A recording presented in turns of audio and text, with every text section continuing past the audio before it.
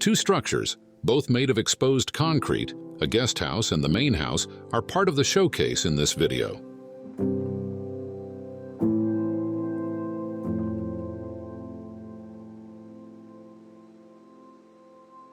The house in Meco II was designed through the regeneration of a pre-existing house, with the idea of giving it a new character by reconstructing it with enhanced quality.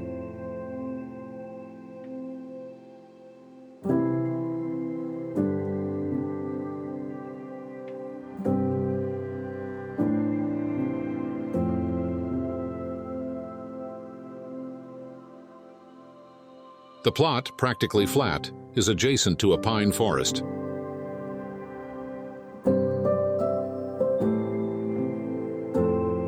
The horizontal lines of the two volumes stand out in contrast to the verticality of the maritime pines. The placement of the structures on the site was determined by pre-existing elements, as well as the presence of the maritime pines, aiming to harmonize with the surrounding landscape.